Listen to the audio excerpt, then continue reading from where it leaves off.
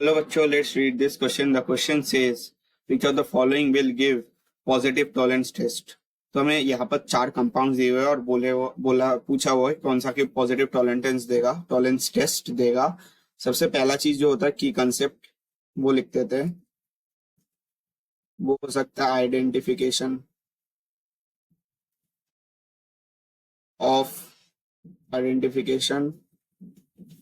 Of compounds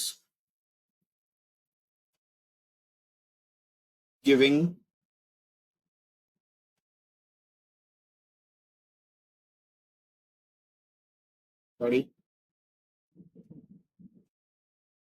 tolerance test. ये आपका की कंसेप्ट हम लिख सकते हैं। अब एक एक कंपाउंड करके देखेंगे, उससे पहले जो टॉलरेंस रिएजेंट होते हैं वो देख लेते हैं।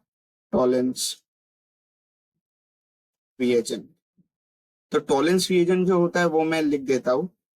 2 सोल्यूशन का मिक्सचर बेसिकली, या आप जो भी बोलना चाहते हैं। पहला तो आपका सिल्वर नाइट्रेट वाला मैं लिख देता हूँ, सोल्यूशन ऑफ AgNO3। और ये एल्कालाइन मीडियम, ये हम बहुत बार भूल जाते हैं पर ये लिखना चाहिए, बहुत इंपॉर्टेंट है। एल्कालाइन मीडियम में ये हो गया आपका AgNO3 सोल्यूशन प्लस आपका जो NH4OH यानी एक्वस एमोनिया, वो लिख देते हैं aqueous ammonia solution. So this is basically our tolerance reagent जो हम फॉर्म करते हैं। अब जो नेक्स्ट चीज हमें और एक इंपॉर्टेंट चीज देखना होगा वो होगा, मैं नेक्स्ट पेज में लिख देता हूँ, कंपाउंड्स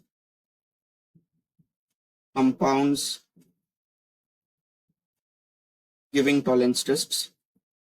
मैं सारे नहीं लिखूंगा, मेन जो 3-4 होते हैं वही लिख देता हूँ ताकि वही बार बार आ जाते हैं, जो बार बार हमें पूछा जाता है। गिविंग टॉलरेंस टेस्ट, तो पहला तो आपको सबसे पता है, सबसे बेसिक वाला, that is aldehyde basically, aldehyde. Second आपको पता है अल्फा हाइड्रोक्सी कीटोन, अल्फा हाइड्रोक्स। और एक जो कार्बोक्सिलिक एसिड होता है वो हमें पता है कि फॉर्मिक एसिड वाला, पहले ये लिख देता हूँ, हाइड्रोक्सी कीटोन। तीसरा फॉर्मिक एसिड। ये 4 जो मैं लिख रहा हूँ यही मेन है, फॉर्मिक एसिड। और इसके बाद वाला आपको पता है हेमिएसिटल, जो एक वन ऑफ द मतलब ऑप्शंस में भी दिए हुए हैं, हेमिएसिटल। ठीक है, हेमिएसिटल। अब हेमिएसिटल क्या होता है ये मैं ड्रॉ कर देता हूँ इनकेस अगर आपको नहीं पता है।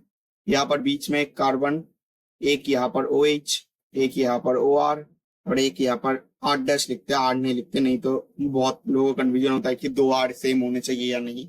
ये आपका हो गया हेमिएसिटल, तो ये 4 चीजें हो गए। अब ऑप्शंस में जाते हैं। पहला वाला तो एल्डिहाइड हो गया, एल्डिहाइड यही पर लिख देते हैं। और यहाँ पर OH और ये OR हो गया, ये बेसिकली OR हो गया, ये OH हो गया और एक H होगा आपके यहाँ पर, तो H हो गया और ये R' हो गया।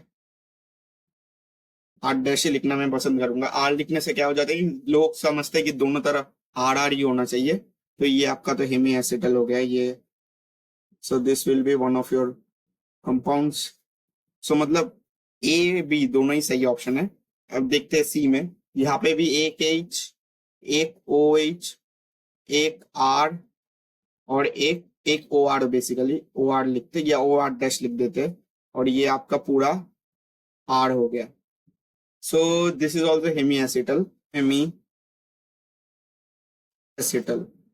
तो ये भी आपका हेमिएसिटल हो गया। तो ये 2 हेमिएसिटल और एक aldehyde. So all of this options are correct. तो A B मतलब ऐसे नहीं करना चाहिए, ABC नहीं, मतलब ऑल ऑफ दिस होगा। So the final answer to this question will be option number D, that is all of this. Hope you understand the solution well and best of luck.